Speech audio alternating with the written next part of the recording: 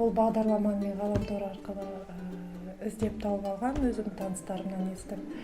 Өзім үйде тігетінмін бұрында, одан кейін осы бағдарламаға өтініш тастап, қараша айында маған бизнес-планымызды, бизнес-жоспарымызды қорғап, грант ұтып алдым.